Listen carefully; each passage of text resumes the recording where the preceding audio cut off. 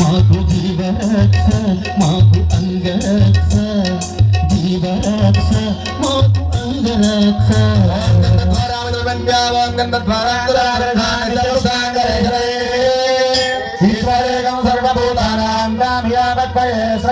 పరమేశ్వరుడికి వివాహాంగ ద్వితీయ స్వర్ణ యజ్ఞోపవేత ధారణ చేస్తున్నారు.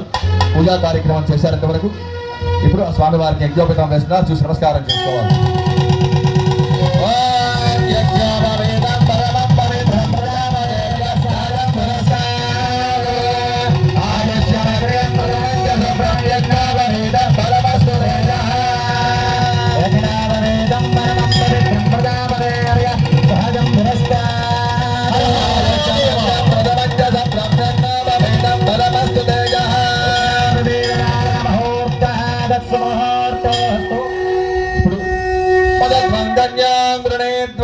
ఇప్పుడు స్వామివారి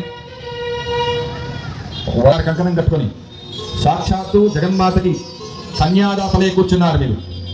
ఇది మీకు 32,000 కోట్ల దేవతలకి ఆదినాయకుడు పరమేశ్వరుడు.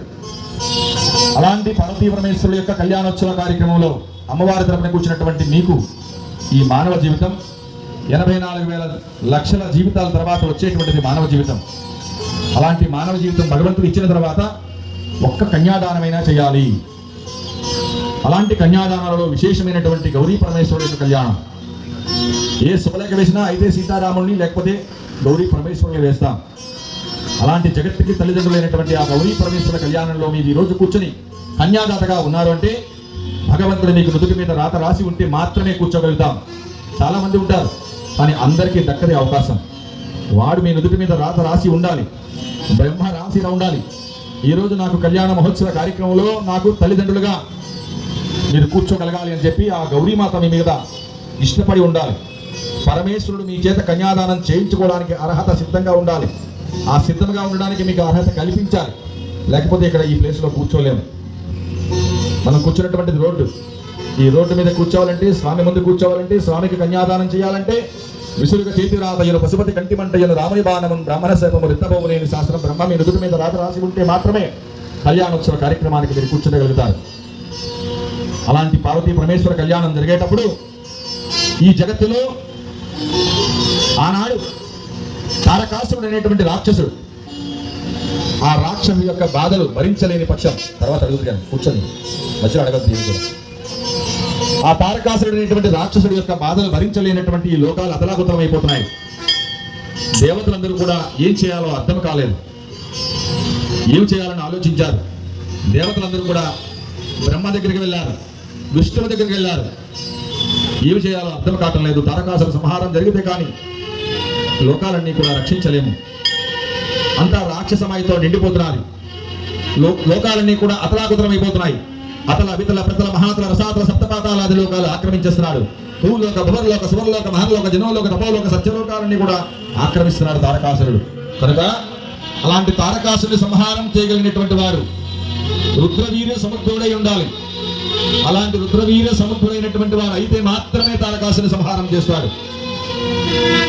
బ్రహ్మ విష్ణువు దేవతలందరూ కూడా సాక్షాత్తు పరమేశ్వరుడి దగ్గరికి వెళ్ళారు. కైలాసంలో ఉన్నటువంటి పరమేశ్వరుడి దగ్గరికి, పరమేశ్వర ఈ లోకాలన్నీ కూడా అతలాకుతలం అయిపోతున్నాయి కనుక రక్షించవలసిన బాధ్యత నీ మీద ఉంది. వరమ పొంది ఉన్నాడు తారకాసురుడు.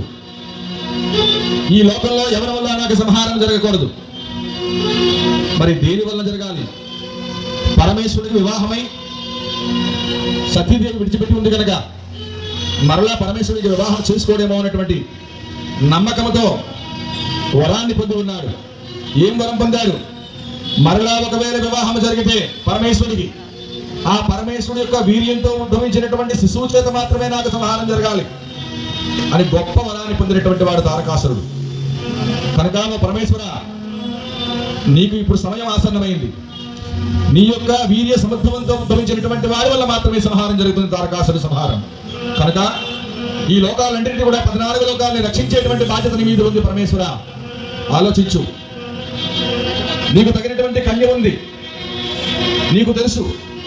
ఆ కన్యను వివాహం చేసుకున్నట్లయితే రుద్రవీర సముద్రుడైనటువంటి సుబ్రహ్మణ్యుడు దాలుగా ఆయన ద్వారాగా సంహారం జరుగుతుంది.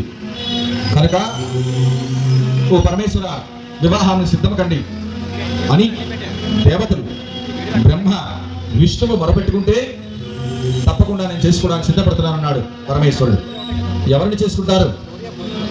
ఆ హిమాలయాలకు అధిపతి అయినటువంటి హిమవంతుడు కుమార్తె అయినటువంటి పార్వతి గౌరీదేవిని నేను వివాహం చేసుకుందాం అనుకుంటున్నాను. కనుక నేను ఈ రోజే సంకల్పం చేస్తున్నాను.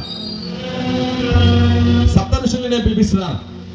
ఈ సప్త ఋషుల్ని అరుంధతితో సహితంగా వర్తమానాన్ని పంపిస్తాను, రాయబారానికి పంపిస్తున్నాను. ఆ హిమవంతుడి దగ్గరికి రాయబారాన్ని వెళ్ళమని చెప్పి ఆ సప్త ఋషుల్ని కూడా అరుంధతి సహితంగా వెళ్ళమని పంపించారు పరమేశ్వరుడు.